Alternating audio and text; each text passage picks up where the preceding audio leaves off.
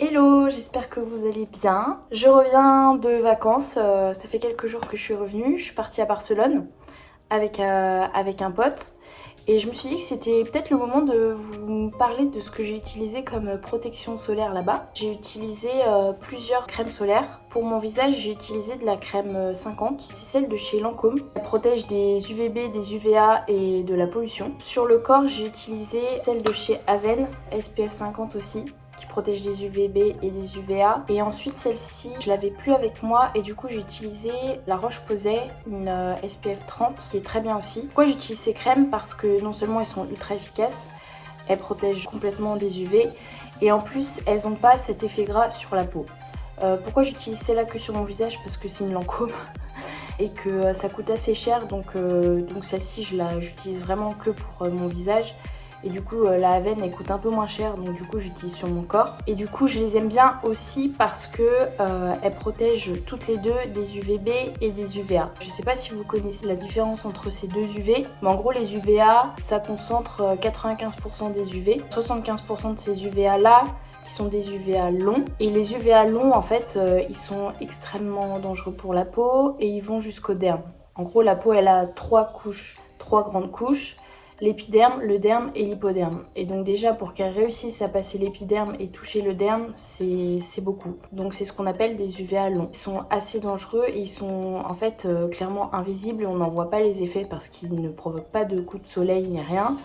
Mais ils provoquent le vieillissement cutané et du coup l'accélération du vieillissement cutané, des allergies, des intolérances au soleil, de l'hyperpigmentation aussi. Les cancers de la peau en fait sont clairement provoqués par ces UVA là. Et en fait ils passent à travers les nuages et le verre. Il faudrait porter un SPF même qu'on est à l'intérieur en fait. Et autrement les 5% d'UV qui restent c'est les UVB du coup. Et les UVB ils sont un peu moins dangereux, mais c'est eux qui nous provoquent les coups de soleil, les brûlures, les démangeaisons, les irritations. Et ça provoque aussi les cancers de la peau du coup. Et ceux-là, ils sont moins nombreux, c'est que 5%, mais c'est les plus douloureux. Donc voilà pourquoi c'est ultra important de bien se protéger et voilà pourquoi je tenais à vous présenter ces produits-là. Ce que j'aime bien aussi, c'est que du coup, je peux me maquiller en fait par-dessus ces produits-là parce qu'en aucun cas, ils ont un effet gras sur la peau et même je m'en sers comme base de maquillage en fait. Donc hyper cool et ils n'ont pas d'odeur. Donc trop bien. C'est agréable de sentir la crème solaire quand t'es à la piscine, au camping ou à la mer, mais quand t'es en repas un peu make-upé, t'as pas envie de sentir la crème solaire, quoi. Et si vous tenez aussi à vous protéger les cheveux, parce que les cheveux ils sont agressés par tout ce qui est l'eau de la piscine, le sel d'eau de mer, le vent, les poussières, etc. Je sais que la gamme Soleil de chez Kérastase elle est hyper bien. S'il me semble, il y a 4 produits. Et ils sont tous ultra bien. Il doit y avoir un shampoing, un masque, il y a un sérum aussi et une huile, si je me trompe. Je crois que c'est ça. Et vraiment, elle est hyper cool et elle protège bien les cheveux.